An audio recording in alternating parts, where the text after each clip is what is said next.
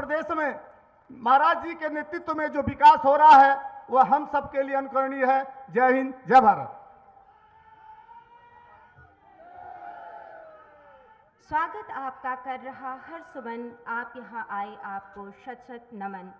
उत्तर प्रदेश को नित्य नवीन धाराओं से चतुर्दिक विकास की ओर जोड़ने के लिए ऊर्जास्वित यशस्वी माननीय मुख्यमंत्री महोदय, उत्तर प्रदेश शासन, हम सभी के संरक्षक परम श्रद्धेय गोरक्षपीठाधीश्वर का आज महंत दिग्विजयनाथ पार्क में विभिन्न परियोजनाओं के लोकार्पण एवं शिलान्यास कार्यक्रम में हार्दिक स्वागत, वंदन एवं अभिनंदन। मंच पर उपस्थित समस्त जनप्रतिनिधिगण एवं प्रसारण एवं प्रिंट मीडिया, आज के इस विभिन्न परियोजनाओं के लोकार्पण एवं शिलान्यास कार्यक्रम में आप सभी का हार्दिक स्वागत एवं अभिनंदन। मंच पर उपस्थित उत्तर प्रदेश के यशस्वी माननीय मुख्यमंत्री महोदय, परम श्रद्धेय परम पूज्य गोरक्षपीठाधीश्वर माननीय मुख्यमंत्री महोदय से सादर विनम्र अनुरोध है कि आप अपने कर कमलों से परमपिता परमेश्वर के सम्मुख दीप प्रज्वलित करके आज के कार्यक्रम का शुभारंभ करें। आज महंत दिग्विजयनाथ पार्क में विभिन्न प्रकार की परियोजनाओं के दीप प्रज्वलन कार्यक्रम के लिए माननीय मुख्यमंत्री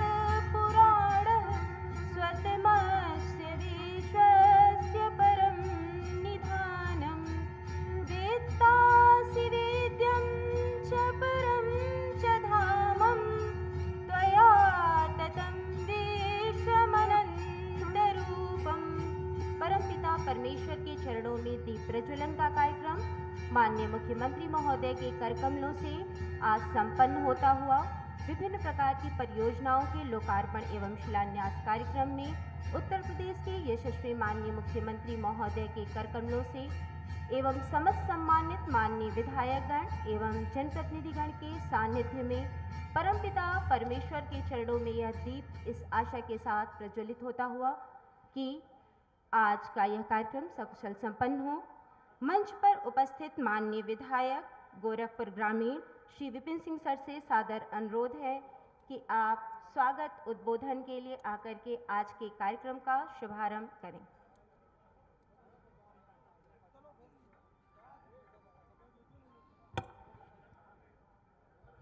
आज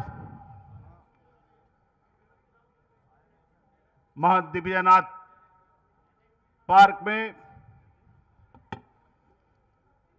विभिन्न योजनाओं के लोकार्पण के मुख्य अतिथि गोरक्षपीठाधीश्वर प्रदेश के यशस्वी मुख्यमंत्री पूज्य महाराज श्री मंच पर आसीन बांसगांव के माननीय सांसद आदरणीय कमलेश पासवान जी, गोरखपुर क्षेत्र के सम्मानित क्षेत्रीय अध्यक्ष बड़े भाई डॉक्टर धर्मेंद्र सिंह जी,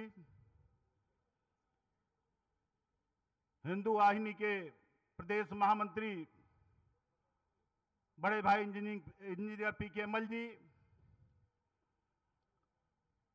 गोरखपुर नगर निगम के महापौर परम आदरणीय सीताराम जायसवाल जी, सभी हमारे माननीय जनप्रतिनिधि, सारे सम्मानित विधायकगण, सामने बैठे हुए सभी सम्मानित बुजुर्गों, नौजवान साथियों, सभी सम्मानित अधिकारीगण, हमारे सभी मीडिया के साथियों, हम लोगों के लिए बहुत सौभाग्य की बात है। अभी कुछ दिनों पहले 16 तारीख को पूज्य महाराज जी ने गोरखपुर को एक बहुत बड़ी सौगात दी। साथियों, बाबा गोरक्षनाथ घाट का प्रभु राम के नाम पर रामघाट का और राजघाट का पूज्य महाराज जी ने 16 तारीख को लोकार्पण किया।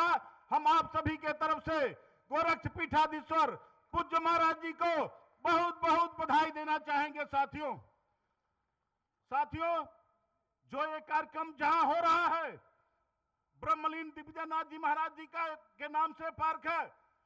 पूज्य महाराज जी ने जब प्रदेश की कमान संभाली, ये साथियों आपके बगल में रामगढ़ झील जो देख रहे हैं, हमको लगता है भारतवर्ष में ऐसी कोई झील नहीं है। यह आप लोगों को गर्व होना चाहिए। साथियों, आपके बगल में इसी वर्ष चिड़ियाघर की भी सौगात 2,59,00,000 रुपए की पूज्य महाराज जी आपको देने जा रहे हैं। साथियों, उसका भी लोकार्पण इसी साल होना है।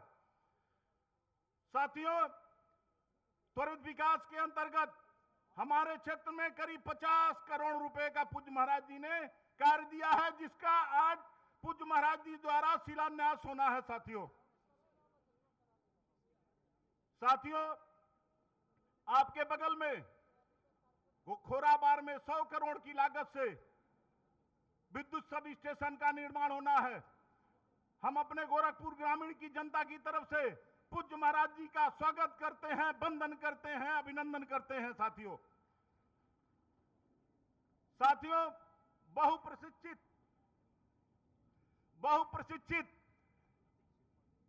आपके वहां तरकुलानी पंपिंग स्टेशन जो 40 करोड़ 65 लाख रुपए का था, लेकिन बाद में वह 85 करोड़ रुपए उसका पूरा खर्च आ रहा है। वह भी कार्य पूरा हो रहा है। हम पूज्य महाराज जी को गोरखपुर महानगर की तरफ से, खोराबार की सभी सम्मानित जनता के तरफ से बहुत बहुत धन्यवाद देना चाहेंगे। साथियों, चूंकि समय कम है, पूज्य महाराज जी के श्री चरणों में नमन करते हुए आप सभी के प्रति धन्यवाद ज्ञापित करते हुए अपनी वाणी को विराम देता हूं। जय हिंद, जय भारत, जय पूज्य महाराज जी। इसी क्रम में नगर विधायक डॉक्टर राधा मोहन दास अग्रवाल जी से सादर अनुरोध है कि आप अपने संक्षिप्त अभिभाषण के द्वारा जनसमूह को संबोधित करें। आज के इस लोकार्पण और शिलान्यास कार्यक्रम के सम्मानित मुख्य अतिथि गोरक्ष पीठाधीश्वर, हम सब की श्रद्धा और प्रेरणा के केंद्र, उत्तर प्रदेश के देश में सर्वाधिक लोकप्रिय मुख्यमंत्री सम्माननीय योगी आदित्यनाथ जी, उपस्थित मंच और सामने इस कार्यक्रम को सफल बनाने के लिए उपस्थित भारतीय जनता पार्टी और हिंदू युवा वाहिनी के प्रिय कार्यकर्तागण, पदाधिकारीगण, उपस्थित नागरिक बंधुओं, कल एक कार्यक्रम में सुबह फर्टिलाइजर में हम लोगों को उपस्थित रहने का अवसर मिला। एक अंदरूनी बैठक थी, बातें उनकी बाहर नहीं आनी चाहिए। माननीय केमिकल और फर्टिलाइजर मिनिस्टर सदानंद गौड़ा, जो कर्नाटक के मुख्यमंत्री भी थे, उन्होंने यहीं से बात शुरू किया। 6.5 साल पहले मैं रेल मंत्री के रूप में इस गोरखपुर में आया था और 6.5 साल बाद आज पुनः इस गोरखपुर में आया हूं। मैं स्वयं एक प्रांत का मुख्यमंत्री रह चुका हूं। योगी जी, आपने इतने कम समय में 4 साल के अंदर इस गोरखपुर का यह अभूतपूर्व कायाकल्प कैसे कर दिया, इस कला को हम लोगों को भी बताइए। मैं चकित था। कर्नाटक एक बड़ा प्रांत है, उसका मुख्यमंत्री जो देश के वरिष्ठतम पदों पर रह चुका है, अगर वह एक बार आकर के गोरखपुर के विकास को देखकर चकाचौंध का ग्रस्त हो सकता है, तो हम सब जो यहाँ के रहने वाले हैं, हम सब का जिनका यह कार्य क्षेत्र है, हम तो खुद इसका रोज बरोज एहसास कर रहे हैं और रोज अपने बदलते हुए इस गोरखपुर को देख रहे हैं। मैं उन बातों पर नहीं जाऊंगा। आज मैं एक दूसरी चर्चा आपसे करूंगा। अभी योगी जी उत्तर प्रदेश का बजट विधानसभा में प्रस्तुत कर रहे थे। पिछले महीने टाइम्स ऑफ इंडिया में एक आलेख छपा जिसका उल्लेख आपने विधानसभा में किया। जब मैं पहली बार विधायक 2002 में योगी आदित्यनाथ की कृपा से बना था, तो यह सच है कि देश में 4 बीमारू प्रदेश माने जाते थे: बिहार, मध्य प्रदेश, राजस्थान और उत्तर प्रदेश। विकास की दृष्टि से हम सब बहुत पिछड़े थे। स्वास्थ्य सेवाओं में और इंफ्रास्ट्रक्चर अवस्थापना सुविधाओं में हम सब बहुत पिछड़े थे। हमारी प्रति व्यक्ति आय बहुत पिछड़ी थी और हमारे प्रदेश का औद्योगिकरण बहुत पिछड़ा था। मैं अक्सर विधानसभा में इस बात को कहता था, अंग्रेजों का शासन था, उत्तर प्रदेश के लोगों ने अंग्रेजों के साथ लड़ाई लड़ी थी।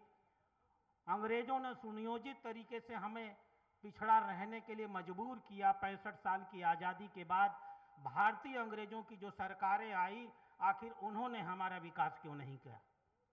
लेकिन आश्चर्य हुआ, जिस उत्तर प्रदेश को हम बीमारू प्रदेश कहा करते थे, आज इस मंच से यह कहने में मुझे गर्व की अनुभूति होती है। मित्रों, आज यह उत्तर प्रदेश देश का महाराष्ट्र के बाद सबसे विकसित, सबसे उन्नत और सबसे आर्थिक रूप से अधिक समृद्ध प्रदेश बन चुका है। आज हम गुजरात से भी आगे हैं, हम तमिलनाडु से भी आगे हैं, हम कर्नाटक से भी आगे हैं और मैं गारंटी के साथ कह सकता हूं, चुनाव के 2022 के चुनाव के बाद जब हम पुनः योगी आदित्यनाथ के नेतृत्व में सरकार में आएंगे, तो महाराष्ट्र को भी हम बहुत पीछे छोड़ करके जो लक्ष्य लेकर हम चल रहे हैं 1 ट्रिलियन इकॉनमी का, उस लक्ष्य को हम लोग प्राप्त करने वाले हैं। योगी जी, 2002 में इस उत्तर प्रदेश की प्रति व्यक्ति आय 25,000 रुपया होती थी। आपने इस बात का जिक्र किया था और आज हम गर्व के साथ कह सकते हैं कि आपके नेतृत्व में आज उत्तर प्रदेश की प्रति व्यक्ति की आय 25,000 रुपए से बढ़ करके 95,000 रुपए तक पहुंच चुकी है। प्रति व्यक्ति आय की यह वृद्धि बताती है कि हमने सिर्फ कुछ लोगों का विकास नहीं किया है, गोरखपुर और उत्तर प्रदेश के हर व्यक्ति के विकास को हम लोगों ने अपने जीवन का लक्ष्य बना करके काम किया है। आप सदन में उसका उल्लेख कर रहे थे। बैंकों ने नीतियां बनाई हैं बैंकिंग करस्पॉन्डेंट्स की, और आश्चर्य हुआ जब आपने बैंकिंग करस्पॉन्डेंट सखी की बात की। पूरे प्रदेश, पूरे देश में बैंकिंग के माध्यम से महिलाओं के सशक्तिकरण करने की जो कल्पना आप लेकर के आए, 56,758 बैंकिंग करस्पॉन्डेंट सखियों की नियुक्ति की, यह घोषणा किया कि 6 महीने तक उन्हें 4,000 रुपए प्रति माह मानदेय दिया जाएगा और बैंकों में जो पैसा वो जमा कराएंगे उसका कमीशन उन्हें दिया जाएगा। मैं समझता हूं कि जो आपकी बहुआयामी दृष्टि है, विकास को लेकर आपकी जो समता परख और जेंडर न्यूट्रल, महिलाओं का विकास हुए बिना देश का विकास नहीं हो सकता, यह सोच लेकर जो आप काम कर रहे हैं, उसकी दृष्टि से मैं समझता हूं कि इतनी बड़ी संख्या में महिलाएं इस कार्यक्रम में उपस्थित होती हैं तो सिर्फ इसीलिए कि उन्हें इस बात का विश्वास है कि आप जब हैं तो इन बहनों की भी चिंता करेंगे। बातें कम करनी है, एक बात का उल्लेख करके मैं अपनी बातों को समाप्त करूंगा। मैंने शुरू में कहा कि हम आर्थिक रूप से पिछड़े थे। आपके नेतृत्व में एक ऐतिहासिक औद्योगिक समिट हुई, 4,68,000 करोड़ रुपए के प्रपोजल पारित हुए और जहां तक मैं जानता हूं उनमें से 3 लाख करोड़, हो सकता है मैं सही न हूं और भी अधिक हो, 3 लाख करोड़ की योजनाएं जमीन पर उतर चुकी हैं, उनके काम शुरू हो चुके हैं। एमएसएमई के माध्यम से हमने इतना बड़ा रोजगार का एक अवसर प्रदान किया है। नौकरियां हमने 4 लाख दी होंगी या कुछ ज्यादा दी होंगी, लेकिन हम गर्व के साथ कह सकते हैं एमएसएमई के माध्यम से हमने अपने नागरिकों को रोजगार पाने वाला नहीं, रोजगार देने वाला बनाया है और पिछले 4 सालों में कुल 35 लाख रोजगार के अवसर हमारी सरकार ने पैदा किए हैं। आज इस मंच पर मैं आपका हार्दिक अभिनंदन और स्वागत करता हुआ, बातें संक्षिप्त में रखनी है, न तो मैं अभी बहुत देर बोलता, आपका इस मंच पर स्वागत करता हुआ अपनी बातों को समाप्त करता हूं। स्वागत उद्बोधन के क्रम में माननीय सांसद बांसगांव क्षेत्र श्री कमलेश पासवान जी से सादर अनुरोध है कि आप अपने अभिभाषण से। गोरखपुर क्षेत्र के बांसगांव गोरखपुर में विभिन्न कार्यों के शिलान्यास और उद्घाटन की इस अवसर पर हम सब लोगों के श्रद्धा के केंद्र उत्तर प्रदेश सरकार के मुख्यमंत्री परम आदरणीय महाराज जी, मंच पर बैठे हमारे सभी सम्मानित जनप्रतिनिधिगण, अधिकारीगण और इस प्रांगण में उपस्थित सभी सम्मानित जनतागण, मैं आप सब लोगों का अपने तरफ से इस कार्यक्रम में स्वागत, वंदन, अभिनंदन करता हूं। साथियों, सौभाग्य का विषय है, मैं भी माननीय मुख्यमंत्री जी को धन्यवाद दे रहा था कि इन्वेस्टर समिट जब हुआ था तो उसमें हमारे गोरखपुर के उद्योगपतियों ने हमारे लोकसभा क्षेत्र रुद्रपुर विधानसभा में यहाँ के कुछ उद्योगपति इथेनॉल प्लांट करीब 200 करोड़ की लागत से वहाँ पर स्थापित किया। अभी पिछले हफ्ते हम लोगों ने वहाँ पर साइट विजिट किया। मैं आदरणीय मुख्यमंत्री जी इस कार्य के लिए आपके प्रति आभार प्रकट करता हूँ। निश्चित तौर पर रुद्रपुर विधानसभा में जहाँ पर ये प्लांट लग रहा, वहाँ के लोगों का उत्थान तो होगा ही। वहाँ पर जो पलायन करते थे लोग, नौकरी के तलाश में दूसरे प्रदेशों में जाते थे, निश्चित तौर पर वहाँ पर पलायन रुकेगा और लोगों को वहीं स्वतः रोजगार मिलने का काम करेगा। आज के दिन बांसगांव में विधानसभा में करीब 13 करोड़ की लागत से आज उद्घाटन और शिलान्यास हो रहा है। इसके प्रति भी मैं आपके प्रति आभार प्रकट करता हूं माननीय मुख्यमंत्री जी। माननीय मुख्यमंत्री जी, मुझे अपार खुशी है कि इससे पहले जो मुख्यमंत्री जब दूसरे पश्चिम से होते थे तो हम लोग ये अपनी निगाहें टिकटिकी लगा के ये करते थे, उम्मीद करते थे कि हम लोगों का नंबर कब आएगा। साथियों, गोरखपुर इतनी बड़ी आबादी का शहर होने के बाद भी न तो कोई उद्योग था, न तो प्रॉपर बिजली आती थी। बड़ी कंपनियां यहां पर हम लोगों के कॉमर्शियल प्लाट भी लेने के लिए कतराते थे, क्योंकि वो कहते थे कि हमारा गोरखपुर सी कैटेगरी में आता है। यहां पर न अमेजॉन, न बिग बाजार, चप एंड टलून, आज हम जिन कंपनियों की बात कर रहे हैं साथियों, आज शहर में ऐसा कोई कंपनी नहीं है आदरणीय मुख्यमंत्री जी के नेतृत्व में जो लोग आके इन्वेस्ट नहीं करना चाहते हैं। साथियों, मैं आदरणीय मुख्यमंत्री जी का स्वागत करना चाहता हूं कि असुरन से लेकर जो गुलरिया तक 4 लेन में तब्दील करने का कार्य किया आदरणीय मुख्यमंत्री जी, उस कार्य से उस सड़क की रौनक ही नहीं बढ़ गई, लोगों की आमदनी बढ़ गई। जहां पर 3 साल पहले 25 से 30 रुपए स्क्वायर फीट चलता था महाराज जी किराए पर, वहां पर करीब 50 से 60 रुपए लोग किराए पर ले रहे। निश्चित तौर पर हमारा गोरखपुर एक प्रगति की ओर है। आदरणीय मुख्यमंत्री जी के नेतृत्व में पूरा प्रदेश, मैं कहूं कि कोई ऐसा विधायक, हमारे यहाँ 9 विधायक बैठे हुए हैं, ऐसा कोई विधायक नहीं है जिसके क्षेत्र में 10 करोड़ 20 करोड़ रुपए का काम नहीं हो रहा, विकास का काम नहीं हो रहा। साथियों, मैं आज के इस अवसर पर बहुत लंबी बात न करते हुए आदरणीय मुख्यमंत्री जी का स्वागत करते हुए, आप सभी लोगों का अभिनंदन करते हुए अपनी बात को ही विराम देता हूं। बहुत बहुत धन्यवाद। Thank you sir. विभिन्न प्रकार की परियोजनाओं के लोकार्पण एवं शिलान्यास कार्यक्रम में मंच पर उपस्थित माननीय मुख्यमंत्री महोदय, हम सभी के संरक्षक परम श्रद्धेय गोरक्षपीठाधीश्वर महोदय से सादर विनम्र अनुरोध है कि आप अपने कर कमलों से बटन दबा करके आज महंत दिग्विजय नाथ पार्क में विभिन्न प्रकार की परियोजनाओं का लोकार्पण एवं शिलान्यास करें। आज जनपद गोरखपुर में माननीय मुख्यमंत्री जी के कर कमलों से विभिन्न प्रकार की परियोजनाओं का शिलान्यास होता हुआ मानसिक मंदिर आश्रय गृह का वित्तीय वर्ष के अंतर्गत जनपद गोरखपुर में जंगल कौड़िया तुर्कवलिया मार्ग का, देवरिया बाईपास रोड का, देवरिया उपमार्ग का, साथ ही साथ केंद्रीय सड़क निधि योजना के अंतर्गत विभिन्न प्रकार की परियोजनाओं का लोकार्पण एवं शिलान्यास कार्यक्रम उत्तर प्रदेश के यशस्वी माननीय मुख्यमंत्री महोदय के कर कमलों से संपन्न होता हुआ आज के इस लोकार्पण एवं शिलान्यास कार्यक्रम में विभिन्न क्षेत्रों के लाभार्थियों को माननीय मुख्यमंत्री महोदय के कर कमलों से सम्मानित किया जाना है।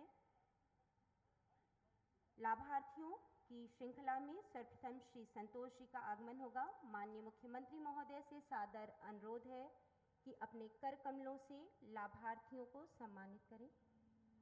सर्वप्रथम श्री संतोष चाय स्टॉल के लिए, ये 10 वेंडर्स हैं चाय स्टॉल के लिए। श्री संतोष आज जनपद गोरखपुर में सूरजकुंड ब्रांच में श्री संतोष माननीय मुख्यमंत्री महोदय के कर कमलों से श्री संतोष सन ऑफ श्री मोतीलाल को प्रमाण पत्र दिया जाता हुआ।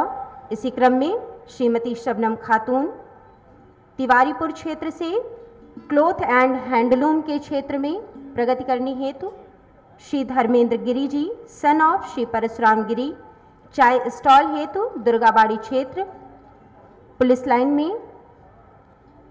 Next Shri Murari Nishad sun of Shri फौजदार सब्जी उद्योग हेतु मिर्जापुर क्षेत्र में माननीय मुख्यमंत्री महोदय के कर कमलों से प्रमाण पत्र दिया जाता हुआ। Next Shrimati Munni Devi wife of Shri Murari सब्जी उद्योग हेतु मिर्जापुर क्षेत्र साहबगंज में माननीय मुख्यमंत्री महोदय के कर कमलों से प्राप्त करते हुए। Next Shri Lalman son of स्वर्गीय Shri Triloki. Next Shri Rajesh son of Shri Triloki चाय स्टॉल हेतु मिर्जापुर क्षेत्र माननीय मुख्यमंत्री महोदय के कर कमलों से। Next Shri Pawan Kumar sun of Shri Babulal पान शॉप के लिए ट्रांसपोर्ट नगर में। नेक्स्ट श्री अमरदीप मध्येशिया श्री केदारनाथ मध्येशिया के पुत्र माननीय मुख्यमंत्री महोदय के कर कमलों से आज विभिन्न क्षेत्रों में लाभार्थियों को प्रमाण पत्र वितरित किया गया। मनुष्य जितना चाहता है उससे अधिक की आकांक्षा में उत्तर प्रदेश के कुशल मार्गदर्शक माननीय मुख्यमंत्री महोदय से सादर अनुरोध है कि आप अपने मुखारविंद से जनसमूह को आशीर्वचन के द्वारा हम सभी को अभिसंचित करें।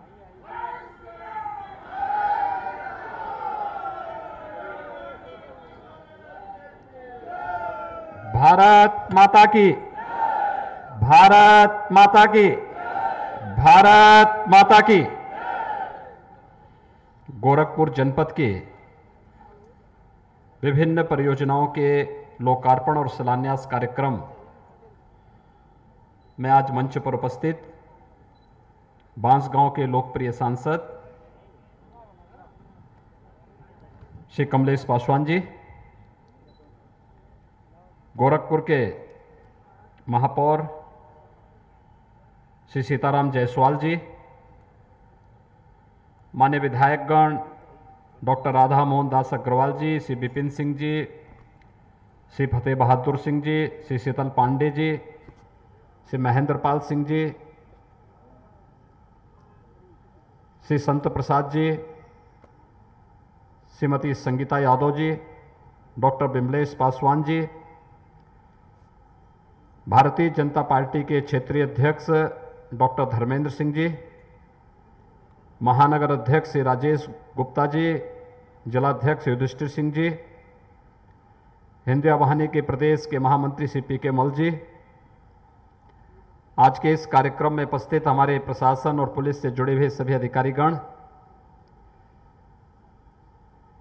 विभिन्न संगठनों के यहाँ पर उपस्थित पदाधिकारी और उपस्थित भाइयों बहनों, एक साथ गोरखपुर के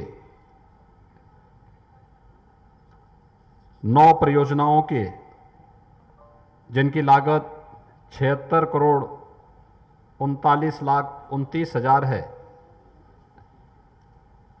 इनका लोकार्पण का और 16 परियोजनाओं जिनकी लागत 54 करोड़ 20,12,000 है, इनके शिलान्यास के आज के इस कार्यक्रम के अवसर पर मैं मंच पर उपस्थित अपने सभी जनप्रतिनिधियों को हृदय से इन कार्यों में रुचि लेने के लिए बधाई देता हूं और आप सबका भी हृदय से बधाई और देते हुए अभिनंदन करता हूं। ये विकास आप सबके लिए फलीभूत हो।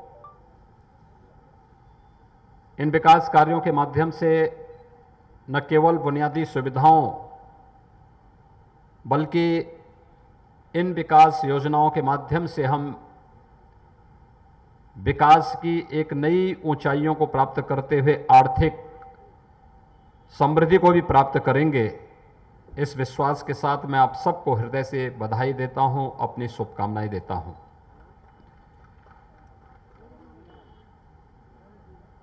पिछले महीने केंद्र सरकार का बजट आया और उसके उपरांत 22 फरवरी को उत्तर प्रदेश सरकार ने भी अपना बजट प्रस्तुत किया। हम सब जानते हैं कि प्रदेश हो या केंद्र हो, दोनों सरकारों का बजट विकास और रोजगार को केंद्रित करते हुए प्रस्तुत किया गया था। याद रखना, विकास का दूसरा कोई विकल्प नहीं हो सकता और समग्र विकास की उस परिकल्पना को साकार करने के लिए जो प्रधानमंत्री मोदी जी ने, जिसके बारे में 2014 में इस देश की जनता के सामने कहा था, उसके अनुरूप विकास के कार्यों को आगे बढ़ाने के लिए जिस प्रकार की योजनाएं केंद्र सरकार बना रही है या केंद्र सरकार ने बनाए थे और आज वो मूर्त रूप लेते हुए दिखाई दे रहे हैं, 2017 के बाद प्रदेश के अंदर भारतीय जनता पार्टी नेतृत्व की सरकार ने भी उसी रूप में कार्य करते हुए अपने जो कार्य योजना लागू की थी, आज उसके परिणाम हमें दिखाई दे रहे हैं। प्रदेश का कोई जनपद, कोई लोकसभा सीट या कोई विधानसभा सीट या कोई विकास खंड ऐसा नहीं होगा, कोई गांव ऐसा नहीं होगा जहां पर विकास का कोई ना कोई कार्य या कोई ना कोई बड़ी परियोजना ना आई हो। हर एक जगह गया है, हर एक स्तर पर गया है और गोरखपुर के लोग तो इसके जीते जागते उदाहरण हैं। कल केंद्रीय उर्वरक और रसायन मंत्री आए थे। गोरखपुर में 1990 में जो फर्टिलाइजर कारखाना बंद हो गया था, एक खाद का कारखाना इस साल जुलाई तक बनकर के तैयार हो जाएगा और जुलाई तक बनने के साथ ही खाद पूर्वी उत्तर प्रदेश के किसानों को सही और सस्ती खाद मिलेगी, क्वालिटी की खाद मिलेगी अपनी उत्तम खेती के लिए। साथ साथ यहां के युवाओं को नौकरी और ढेर सारा रोजगार भी उसके माध्यम से प्राप्त होने वाला है। यानी जो कार्य पिछली सरकारों ने जिसे हताशा और निराशा में बदल दिया था,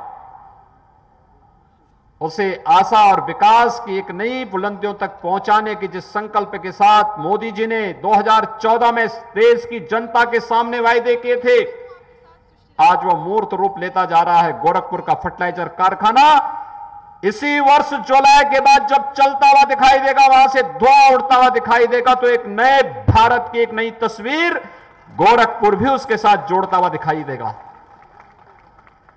आप में से ज्यादातर लोग मेरे साथ सड़कों पर इंसेफ्लाइटिस के खिलाफ आंदोलन के साक्षी रहे हैं। वह भी सरकारें थी जिनके एजेंडे में गांव नहीं था, गरीब नहीं था, उपचार की सुविधा नहीं थी। याद करिए, गोरखपुर में बिजली नहीं मिलती थी। 3 घंटे 4 घंटे बामुश्किल बिजली,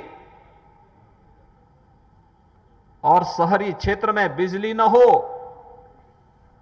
तो कल्पना कर लीजिए, आपका ये मोबाइल फोन किसी लायक नहीं, फिर बैटरी चार्ज नहीं होगी। और यही स्थिति रहती थी, हर व्यक्ति परेशान रहता था। हम सड़कों पे आंदोलन करते थे। इस देश के अंदर 2014 के पहले किस प्रकार की सरकारें काम कर रही थी, सहज अनुमान लगाया जा सकता है कि 1977 से लेकर के 2017 तक इंसेफ्लाइटिस से पूर्वी उत्तर प्रदेश और प्रदेश के 38 जनपदों में मासूम बच्चे मरते थे। हर वर्ष 1200 से 1500 बच्चों की मौत केवल गोरखपुर और बस्ती कमिश्नरी के अंदर होती थी, और शेष अन्य जनपदों को लेंगे तो इतनी ही मौतें अन्य क्षेत्रों में भी होती थी। कोई पुरसाहल नहीं था, कोई पूछने वाला नहीं था। ये बच्चे 90% बच्चे अल्पसंख्यक और दलित वर्ग से आते थे। इनके नाम पर राजनीति करने वाले, इन्हें वोट बैंक बनाने वाले लोग तब भी मौन रहते थे। ऐसा नहीं कि उनको शासन में आने का अवसर न मिला हो, उनको अवसर मिला था।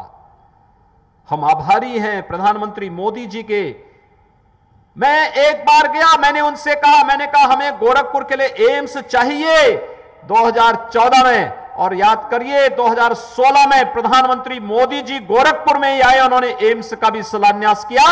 आज गोरखपुर में एम्स पूरी मजबूती के साथ खड़ा होता हुआ दिखाई दे रहा। इस वर्ष के अंत में हम लोग एम्स का भी लोकार्पण करने जा रहे हैं। एम्स यानी विश्वस्तरीय स्वास्थ्य की बेहतरीन सुविधा का एक केंद्र वह गोरखपुर को प्राप्त हो रहा है। लेकिन एम्स के बनने में 2, 3, 4 साल लगेंगे, 5 साल लगेंगे, ये हर व्यक्ति जानता था। उससे पहले प्रधानमंत्री मोदी जी ने गोरखपुर में बीआरडी मेडिकल कॉलेज में 7 नई सुपर स्पेशलिटी के लिए भी एक नया ब्लॉक स्वीकृत किया, और वह बनकर के तैयार हुआ। इस बार आपने देखा होगा कोरोना के दौरान हमने उसी ब्लॉक को कोविड हॉस्पिटल बनाया था। बीआरडी मेडिकल कॉलेज में सामान्य उपचार चलेगा, और डेडिकेटेड कोविड हॉस्पिटल के लिए सुपर स्पेशलिटी ब्लॉक को हम लोगों ने लिया, और उसमें हम लोगों ने कोविड हॉस्पिटल बना करके गोरखपुर और पूर्वी उत्तर प्रदेश के लोगों को कोरोना कालखंड में कोरोना के उपचार के लिए एक बेहतरीन सेंटर दिया, जिसमें हर बेड पर वेंटिलेटर था, और वहां पर विशेषज्ञ चिकित्सकों की सेवाएं उन्हें उपलब्ध कराई जा रही थी।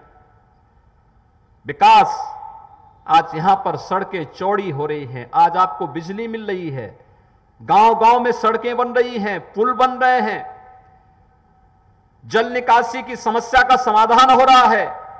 शहर हो या गांव, अब यह आवश्यक नहीं कि किसी मंत्री, किसी सांसद, किसी विधायक या महापौर के ही घर की सड़क बनेगी। वो ठीक बात है, ये नेतृत्व करता है, ये प्रतिनिधि हैं, लेकिन साथ साथ हर एक व्यक्ति का भी वही मूल्य है, और उसके अनुरूप ही विकास का कार्य उसी रूप में तेजी के साथ बढ़ता हुआ दिखाई दे रहा है।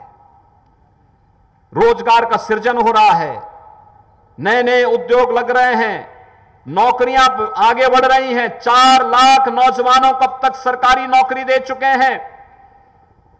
प्रदेश के अंदर जो 3 लाख करोड़ रुपए के निवेश की बात नगर विधायक कर रहे थे, तो उसमें 35 लाख नौजवानों को वहां पर उन्हें निजी क्षेत्र में नौकरी मिली, और साथ साथ हम लोगों ने स्वरोजगार के साथ ही विभिन्न प्रकार के अन्य एमएसएमई यूनिट को जो सहयोग किया है, काफी बड़ी पैमाने पर वहां पर भी लोगों को रोजगार और स्वतः रोजगार उसके माध्यम से प्राप्त हुआ है।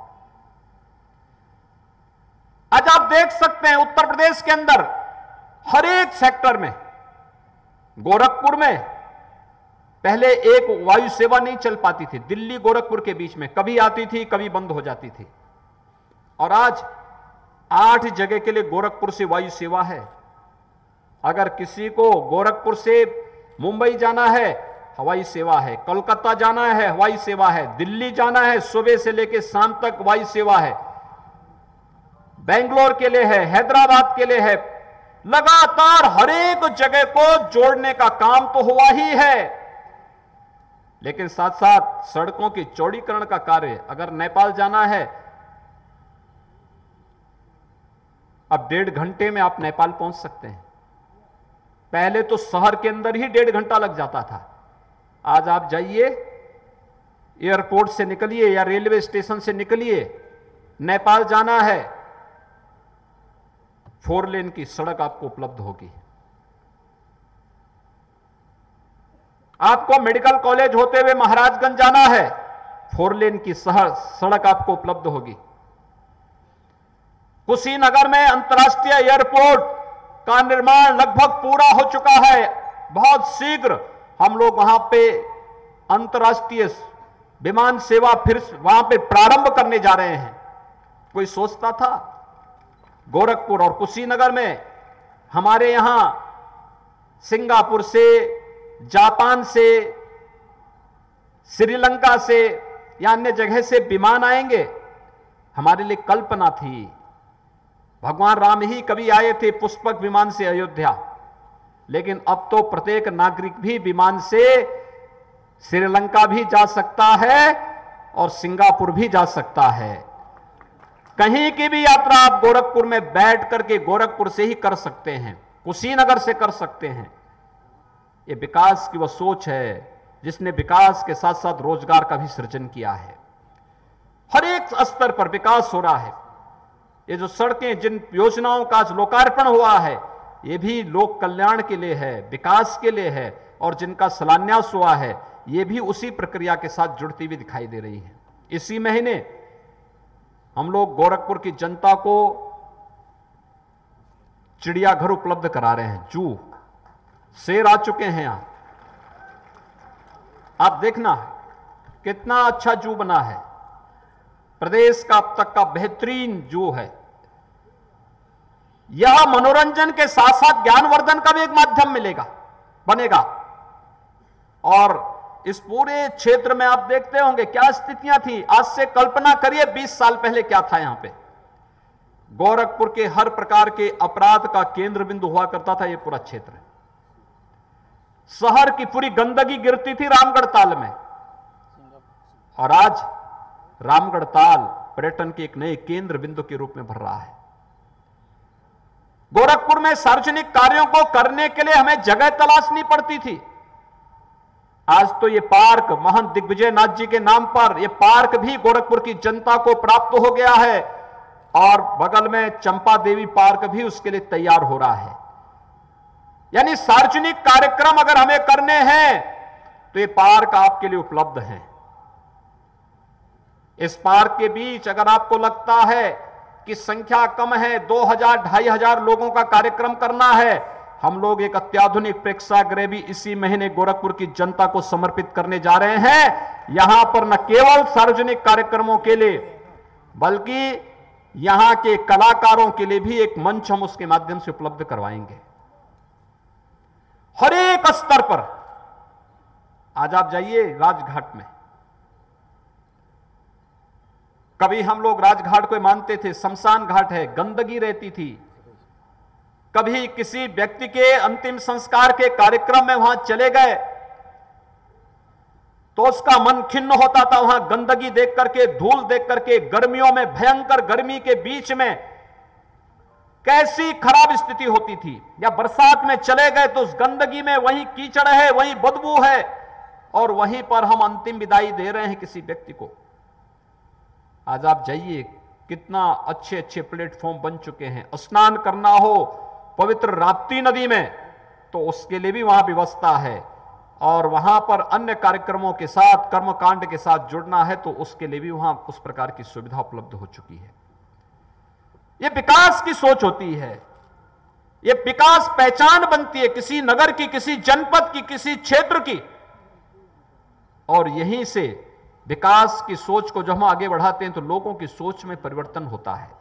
आपने देखा होगा अभी स्ट्रीट वेंडर को पीएम स्वनिधि योजना के अंतर्गत उन्हें लोन उपलब्ध कराया गया, सस्ती दर पर लोन।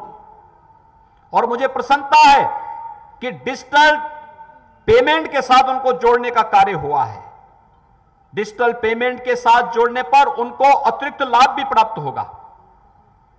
यह ट्रेनिंग साथ साथ चलनी चाहिए हर एक कार्य में। कल हम लोगों ने यहां पे लोन मेला लगाया था। लोन मेले के पीछे भी उद्देश्य था, छोटी पूंजी वाले के पास अगर कहीं पूंजी कम हो गई, बैंक उसकी सहायता के लिए खड़ा है। लेकिन हम प्रशिक्षण और उसको इस बात के लिए कि हमने पूंजी ली है, हम समय से इस पूंजी को जमा भी करेंगे। गोरखपुर से लखनऊ जाने के लिए पहले हमारे पास केवल एक मार्ग था, गोरखपुर से बस्ती होते हुए अयोध्या होते हुए। अब हम लोग एक नया मार्ग गोरखपुर एक्सप्रेसवे के माध्यम से दे रहे हैं। गोरखपुर अंबेडकर नगर और आजमगढ़ के बीच से पूर्वांचल एक्सप्रेसवे के माध्यम से लखनऊ आप जुड़ जाएंगे। यानी दूरी उतनी ही है जितनी दूरी गोरखपुर बाया बस्ती होते हुए है, दूरी उतनी ही पड़ेगी। लेकिन एक नया विकल्प आपके सामने, जहां पर आपको लखनऊ की यात्रा करनी है तो मात्र गोरखपुर से 3 घंटे में लखनऊ आप पहुंच जाएंगे। और हम लोगों ने एक और अनुरोध भारत सरकार से किया है कि अभी तक गोरखपुर लखनऊ के बीच का जो ये मार्ग है 4 लेन का, अब इसको 6 लेन कर लेना चाहिए। अब ये 6 लेन का मार्ग बनने जा रहा है। गोरखपुर शहर के अंदर भी आपने देखा होगा कि मोहद्दीपुर से गोरखनाथ मंदिर होते हुए मानीराम जंगल कोड़िया का मार्ग 4 लेन बन रहा है। अब बरगदवा से भी स्पोर्ट्स कॉलेज होते हुए मोहद्दीपुर तक इसको हम 4 लेन बनाने जा रहे हैं। पैरलेगंज से नौसर तक 6 लेन का काम होने जा रहा है। यानी यह विकास, जिस विकास के साथ जुड़ करके हम ढेर सारी उन योजनाओं को आगे बढ़ा सकते हैं जो न जाने कितने नौजवानों के लिए रोजगार लेकर के आएगा, उनके जीवन में व्यापक परिवर्तन लेकर के आएगा। और विकास की सोच के साथ हर एक व्यक्ति को जुड़ना पड़ेगा। भाइयों बहनों, मैं आज आप सबसे यही अपील करने के लिए आया हूं, हमें विकास के मार्ग में कोई बाधा नहीं आने देनी चाहिए। अक्सर होता है, हर व्यक्ति को सड़क चाहिए, हर व्यक्ति को जल निकासी की सुविधा चाहिए, हर व्यक्ति को बिजली चाहिए। लेकिन अगर कोई व्यक्ति ये बोल देगा कि मैं सड़क भी उपयोग करूंगा, जल निकासी के लिए नाली का उपयोग भी करूंगा, लेकिन मेरे घर के सामने से किसी की सड़क नहीं जाएगी, मेरे घर के सामने से किसी की नाली नहीं जाएगी, मेरे घर के सामने से किसी के बिजली के तार नहीं जाएंगे, तो क्या विकास हो पाएगा? हमें इससे उभरना पड़ेगा। विकास की एक समग्र सोच, सुरक्षा आवश्यक है, लेकिन विकास की एक समग्र सोच बनानी पड़ेगी। लोगों को समझाना पड़ेगा। बड़े बड़े निवेश आ रहे हैं। गोरखपुर में एक नया प्लास्टिक पार्क हम लेकर के आ रहे हैं। आप सोचना, लगभग 100 के आसपास उद्योग लगेंगे उसमें भी। 25,000 से अधिक युवाओं के लिए रोजगार लेकर, नौकरी लेकर के आ रहा है वो अभी। ये पार्क का मतलब ऐसे पार्क नहीं जहां पर आप लोग, यानी जहां पर प्लास्टिक से जुड़े हुए हर उत्पाद का वहां पर प्रोडक्शन होगा, उसके निर्माण की कार्रवाई उसके साथ जुड़ेगी, उसकी वहां पे डिजाइनिंग भी होगी, वहां पर उसके बारे में कौन सी नई तकनीक दुनिया के अंदर आई है, उस तकनीक के साथ जुड़ करके कौन कौन सी चीजें प्लास्टिक से बनाई जा सकती हैं। अभी हाल ही में आपने देखा होगा कि आदरणीय प्रधानमंत्री जी ने एक टॉय फेस्टिवल का उद्घाटन किया था। आज तो प्लास्टिक भी टॉय फेस्टिवल का एक पार्ट बन चुका है। प्लास्टिक स्वयं भी उस क्षेत्र में एक नई क्रांति ला सकता है। कैरी बैग को छोड़ करके बाकी घर के बर्तन से लेकर के कौन सा ऐसा सामान है जिस प्लास्टिक से न बनता हो। और प्लास्टिक पार्क इस दिशा में एक नई सोच यहां पर उपलब्ध कराने की दिशा में एक प्रयास प्रारंभ किया गया है। बहुत शीघ्र गोरखपुर में एक आयुष विश्वविद्यालय के निर्माण की कार्रवाई भी प्रारंभ होने जा रही है। यह आयुष विश्वविद्यालय, अक्सर होता है जब कोई बड़ा प्रोजेक्ट आता है तो फिर जमीन संबंधी विवाद खड़े होने लगते हैं। याद रखना, विकास तो जमीन पर ही होगा, और जब विकास आता है तो अपने साथ ढेर सारा रोजगार और नौकरी और भविष्य की संभावनाओं को लेकर के आता है। हमें इस बात को मजबूती से अपने मन में पेट कर देनी पड़ेगी कि विकास का दूसरा कोई विकल्प नहीं, और विकास के कार्य में हमारा सकारात्मक सोच, सकारात्मक दृष्टिकोण होना चाहिए। सकारात्मक दृष्टिकोण के माध्यम से हम विकास को एक नई ऊंचाइयों तक पहुंचा सकते हैं। पर्यटन के क्षेत्र में भी ढेर सारी संभावनाएं हैं। गोरखपुर में तो यहां पर बाबा गोरखनाथ के धाम पर लोग आते हैं, लाखों की संख्या में देश और दुनिया का श्रद्धालु आता है, अपनी श्रद्धा व्यक्त करता है। योग का जिज्ञासु भी आता है। सनातन हिंदू धर्म के प्रकाशन का प्रमुख केंद्र गीता प्रेस में साहित्य के क्षेत्र में धार्मिक साहित्य को खरीदने के लिए भी आता है। गोरखपुर और आसपास के क्षेत्र में बहुत सारे ऐसे महत्वपूर्ण स्थल हैं जो देश की स्वाधीनता आंदोलन में जो अपने आप में एक तीर्थ बन गए। बहुत सारे शक्ति के केंद्र भी बने हुए हैं, लेकिन इन शक्ति के केंद्रों के साथ ही हम लोगों को इस बारे में भी देखना होगा कि गोरखपुर अंतर्राष्ट्रीय बौद्ध टूरिज्म का भी एक महत्वपूर्ण केंद्र बिंदु है और बिहार और नॉर्थ ईस्ट से या नेपाल से जोड़ने के लिए, अयोध्या आने के लिए अगर कोई भी तीर्थ यात्री आता है, कोई भी पर्यटक आता है, तो गोरखपुर इसका केंद्र बिंदु है। गोरखपुर से आप बौद्ध तीर्थ स्थलों की भी यात्रा कर सकते हैं। कुशीनगर है, कपिलवस्तु है, श्रावस्ती है, वहां भी जा सकते हैं और गोरखपुर से मगहर भी जा सकते हैं, अयोध्या भी जा सकते हैं और काशी भी दर्शन करने के लिए जा सकते हैं। ये सभी क्षेत्र एक दूसरे से जुड़े हुए हैं। गोरखपुर इसका केंद्र बिंदु है। तेजी के साथ इसमें लोगों ने एक नई सोच के साथ कार्य करना प्रारंभ किया है। हम लोगों को सोच को विकसित करना होगा, उसके लिए तैयार होना पड़ेगा। इसके लिए हमें अपने यूथ को भी जागरूक करना पड़ेगा। बहुत सारा यूथ इसमें गाइड का काम कर सकता है, ट्रेंड गाइड। वो हिंदी में भी अंग्रेजी में भी थोड़ा उसको स्पीकिंग की आदत डालनी पड़ेगी, बोलने की उसकी आदत डालनी पड़ेगी। आप देखना ढेर सारा रोजगार उससे सृजित होगा। लोगों को सही जानकारी, हमें इतिहास के बारे में, वर्तमान के बारे में, भविष्य के बारे में कि भविष्य की योजनाएं क्या हो सकती हैं, कैसे विकास की नई ऊंचाइयों को आगे बढ़ा सकते हैं, इनके बारे में ट्रेनिंग के कार्यक्रम होंगे। फर्टिलाइजर यहां लग रहा है, फर्टिलाइजर के कैंपस में हम स्किल डेवलपमेंट का भी एक सेंटर बनाने जा रहे हैं। गोरखपुर का जो युवा फर्टिलाइजर में काम करने का इच्छुक होगा, यहीं पे उसका स्किल डेवलपमेंट होगा और स्किल डेवलपमेंट के बाद उसके समायोजन की कार्रवाई न केवल फर्टिलाइजर में बल्कि और भी उद्योग, चीनी उद्योग यहां पर फिर से, जो चीनी उद्योग एक बार बंद हो चुका था, आज फिर से यहां पर एक नई जीवंतता के साथ वे चलते हुए दिखाई दे रहे हैं। पिपराइच की चीनी मिल हम लोग विगत वर्ष प्रारंभ कर चुके हैं। आज पिपराइच में 50 लाख क्विंटल 50,000 क्विंटल गन्ना प्रतिदिन पेरने की क्षमता पिपराइच चीनी मिल में है। वह एक नए भविष्य की ओर इशारा कर रहा है। गन्ना किसान के लिए, किसान भाइयों की आमदनी को दुगना करने के प्रधानमंत्री मोदी जी के संकल्प के साथ जुड़ने के लिए उतावला दिखाई देता है। हम सब भी इसमें सहभागी बने। यह विकास की एक नई सोच को आगे बढ़ाने के लिए आज हम सब यहां पर उपस्थित हुए हैं। मैं आज के इस अवसर पर प्रशासन से ही कहूंगा कि जो कार्य पूरे हो रहे हैं उसकी क्वालिटी की नियमित समीक्षा होती रहनी चाहिए। जनप्रतिनिधियों से भी यही आग्रह करूंगा कि विकास कार्यों की समीक्षा और भौतिक सत्यापन करते हुए मानक के अनुरूप वह कार्य समयबद्ध ढंग से हो रहा है कि नहीं हो रहा है, इसको हम जरूर जांचें, इसको हम अवश्य देखें।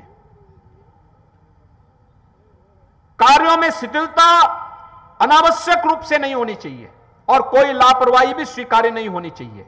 अगर कोई कार्यदायी संस्था या कहीं पर कोई कॉन्ट्रैक्टर या कोई भी अन्य व्यक्ति कार्य को समयबद्ध ढंग से आगे नहीं बढ़ा रहा तो उसको 3 बार कम से कम चेतावनी दे दीजिए, और नहीं करता है तो कार्रवाई करते हुए उस कार्य के मार्ग में बाधा नहीं आनी चाहिए। किसी पब्लिक के नागरिक, आम नागरिक को इसके कारण परेशान नहीं होना चाहिए, यह हम सुनिश्चित करवा लें।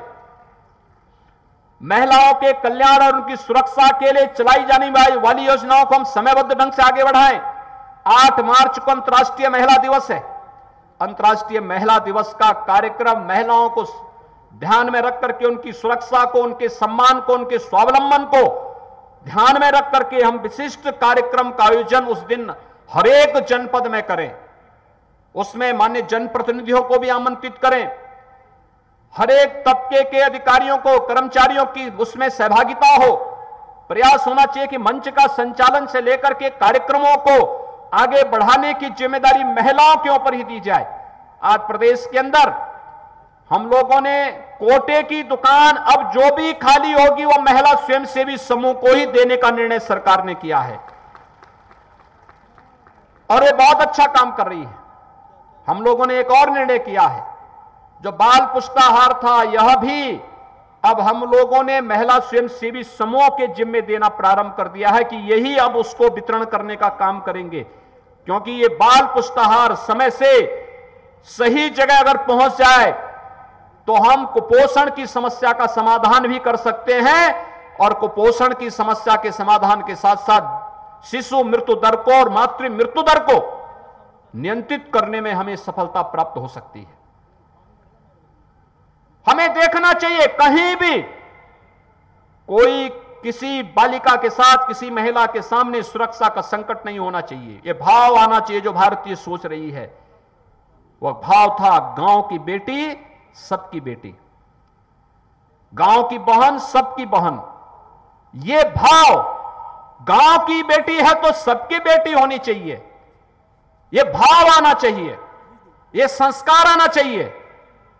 ये चीजें अगर हम पैदा कर सकेंगे बहुत बड़ा कार्य हो सकता है। समाज में सुरक्षा का एक भाव होगा। मैं आपको इस बात के लिए आश्वस्त कर सकता हूं कि प्रदेश के अंदर संगठित अपराध पूरी तरह समाप्त हुआ है और कहीं भी कोई अपराधी और कोई माफिया सिर नहीं उठा सकता, किसी गरीब की, किसी व्यापारी की संपत्ति पे कब्जा नहीं कर सकता है। और अगर करता है तो हमने प्रशासन को इस बात की खुली छूट दी है कि पूरी सख्ती के साथ ऐसे तत्वों से निपटने की आवश्यकता है। लेकिन जो अपराध अभी भी इस प्रकार का है, जो एक सोच, विकृत सोच पाश्चात्य संस्कृति के कारण पैदा हुआ है, इस विकृत सोच को भी सुधारने की जिम्मेदारी सरकार के साथ साथ समाज को भी लेनी पड़ेगी। और समाज का मैं आह्वान करूंगा, सरकार आपके साथ मिलकर के हर प्रकार से सहयोगी बनना चाहता है। इस अभियान के साथ हम लोगों ने एंटी रोमियो स्क्वाड का गठन इसी उद्देश्य से किया था। हम लोगों ने मिशन शक्ति के पहले चरण का कार्यक्रम इसी उद्देश्य से प्रारंभ किया था।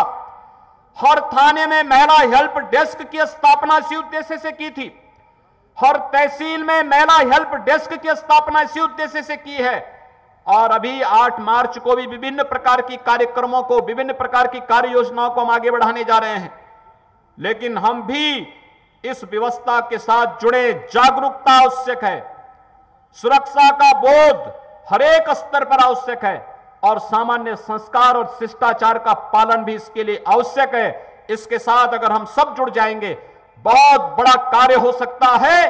और अगर आधी आबादी के मन में सुरक्षा का बोध हो गया, जो संगठित अपराध को समाप्त करके किया गया, लेकिन अभी भी जो थोड़ी बहुत शिकायतें आती हैं, घटनाएं घटित होती हैं, अगर समाज जागरूक हो जाएगा तो फिर बोलना ही क्या है, तब तो फिर समाज में कहीं कोई किसी प्रकार की समस्या नहीं आने वाली है। और भाइयों बहनों, हमें इसके लिए तैयार होना होगा। हम उसके लिए अपने आप को तैयार कर सकेंगे इस विश्वास के साथ। आज के इस कार्यक्रम में जो विकास की विभिन्न प्रकार की योजनाएं यहां पर लोकार्पित और शिलान्यास की गई हैं, ये विकास की योजनाएं चाहे वह गोरखपुर नगर में या मानसिक मंदित आश्रय गृह और उनके प्रशिक्षण केंद्र की यहां पर आवास और 4 दीवारी से संबंधित रहा हो, या फिर विभिन्न प्रकार की सड़कों के निर्माण कार्य का जंगलकोड़िया विकास खंड के अंदर तुर्कवलिया से जसवल चौराहा, ये जो मार्ग है, इस मार्ग के लिए देवरिया बाईपास से मार्ग पर भगत चौराहा से गणपति मैरिज हॉल से सेंट जेवियर्स पब्लिक स्कूल से कजाकपुर तक इस सड़क के निर्माण का कार्य, गोरखपुर देवरिया मार्ग में भी सुधार का कार्य हुआ है। कैंपियरगंज में लोहरपुरवा ठाकुर नगर बीएमसीटी मार्ग के चौड़ीकरण सुदृढ़ीकरण का कार्य है। केंद्रीय सड़क निधि में भटट में माघी बासस्थान मार्ग का है। ब्रह्मपुर विकास खंड में चौरी चौरा और मार्ग का चौड़ीकरण सुदृढ़ीकरण का कार्य है। महेवा ट्रांसपोर्ट नगर पुलिस चौकी के पीछे यहां पर जो वेंडिंग जोन नगर निगम की ओर से स्ट्रीट वेंडर के लिए बना है, हरिओम नगर में भी और ट्रांसपोर्ट नगर में भी, महेवा में भी ये कार्य बहुत अच्छा है। स्ट्रीट वेंडर को व्यवस्थित पुनर्वास करने की दिशा में इसकी बहुत बड़ी भूमिका हो सकती है। और मैं प्रशासन से कहूंगा कि हम लोग इसके बारे में भी से कार्य योजना तैयार करें। हम लोगों ने बजट में इस बार हर न्याय पंचायत स्तर पर अतिरिक्त गौ आश्रय स्थल बनाने के लिए भी पैसे की व्यवस्था की है और इसकी कार्य योजना अभी से न्याय पंचायत स्तर पर प्रारंभ हो और एनजीओ को उसके साथ जोड़ने की तैयारी करनी चाहिए, किसी न किसी स्वयंसेवी समूह को उसके साथ जोड़ना चाहिए। गो आश्रय स्थल के साथ ही निराश्रित गोवंश के भरण पोषण की एक सहभागिता योजना के साथ भी हमने जोड़ा है। अगर कोई किसान एयरटेक की गई गाय को अपने पास रख करके उसका पालन पोषण करता है, गाय स्वस्थ अगर है और उसके घर में रहती है, घर में रह करके उसकी खिलाने की व्यवस्था करता है, तो सरकार 900 रुपए हर गाय की हर महीने उस किसान परिवार को दे रही है। बहुत अच्छी योजना है, रोजगार को भी सृजन करने का भी है और आस्था के साथ साथ गोवंश की सुरक्षा के साथ भी यह योजना जुड़ी हुई है। कुपोषित परिवारों को भी हम लोगों ने व्यवस्था की है कि निराश्रित गौ आश्रय स्थल से ऐसे परिवारों को एक एक दूध देने वाली गाय उपलब्ध करवाएं और इसमें भी लगभग 1200 से अधिक परिवारों को अब तक ये सुविधा हम लोगों ने प्रदेश के अंदर उपलब्ध कराई है और मैं चाहूंगा कि इस पे हम ध्यान दे देंगे तो बहुत सारे कुपोषित परिवार को बेहतरीन सुविधा उपलब्ध हो सकती है। ये सभी कार्य प्रदेश के अंदर आज हम लोग उपलब्ध करा रहे हैं। आज के इस अवसर पर यहां पर जो विभिन्न प्रकार की विकास योजनाओं के सड़क के निर्माण कार्य हैं, तमाम अन्य स्मारकों के सुंदरीकरण के कार्य भी हैं, स्ट्रीट वेंडर के बारे में जो योजना बनाई है, जैसे गोरखपुर शहर के अंदर कुछ बनी है, हमारा प्रयास होना चाहिए कि उनका व्यवस्थित पुनर्वास करने के साथ ही सड़कों को अतिक्रमण से मुक्त करने के कार्यक्रम के साथ हमें उसे जोड़ना चाहिए। नगर पंचायतों में भी इसको ले जाना चाहिए। हमारे नगर आवागमन के लिए, सामान्य नागरिक के आवागमन में कोई बाधा न पहुंचे, इस दृष्टि से हमें उसको एक नई दिशा में, एक नई सोच के साथ आगे बढ़ाना चाहिए। अन्यथा शहरी जीवन अगर जाम से, वास्तव में प्रतिदिन अगर जाम होने लग जाएगा तो विकास को बाधित कर देगा, कोई फिर वहां नहीं जाएगा। हमें उससे हर हाल में उसे बचाना पड़ेगा और ये पीएम स्ट्रीट वेंडर इसमें बहुत बड़ी भूमिका का निर्वहन कर सकता है। आज के इस अवसर पर एक बार फिर से मैं यहां पर उपस्थित मंच के अपने सभी जनप्रतिनिधियों को विकास कार्यों में रुचि लेने के लिए हृदय से उन सब का अभिनंदन करता हूं। आप सभी को हृदय से बधाई देता हूं और विश्वास व्यक्त करता हूं कि हम कोविड-19 से जिस मजबूती के साथ लड़े हैं, कोरोना का वैक्सीन आ चुका है, आम नागरिकों को वैक्सीन लगना प्रारंभ हो गया है। 60 साल से ऊपर के लोगों को यह वैक्सीन अभी से लगना प्रारंभ हो चुका है। जो लोग विभिन्न प्रकार की बीमारियों से ग्रसित हैं, उनके लिए भी वैक्सीन उपलब्ध है। अपनी अपनी बारी का इंतजार करिए। हमारे जनप्रतिनिधिगण, हमारे पदाधिकारीगण आपकी सेवा में सदैव तत्पर होकर के वैक्सीन की उपलब्धता और वैक्सीन समय पे सभी लोगों को लग सके, इसके लिए तत्पर होकर के कार्य करेंगे। मैं एक बार फिर से आज के इस अवसर पर आप सबको विकास की इन योजनाओं के प्रति हृदय से बधाई देता हूं, अपनी शुभकामनाएं देता हूं और विश्वास व्यक्त करता हूं कि विकास कार्यों में आप सबका यही रचनात्मक सहयोग सदैव प्राप्त होगा। आप सबके प्रति मेरी शुभकामनाएं। धन्यवाद। जय हिंद।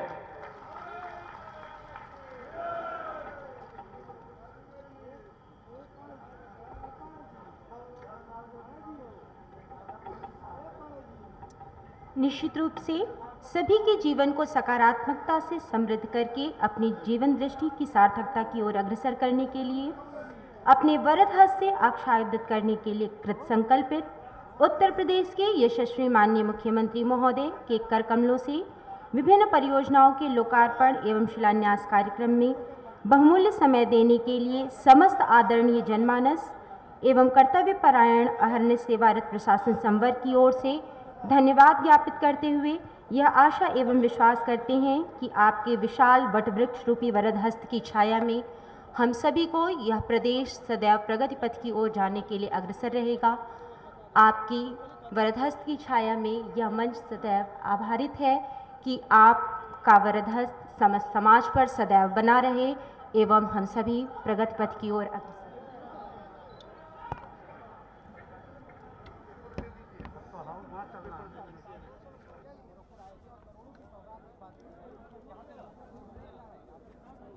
हैं।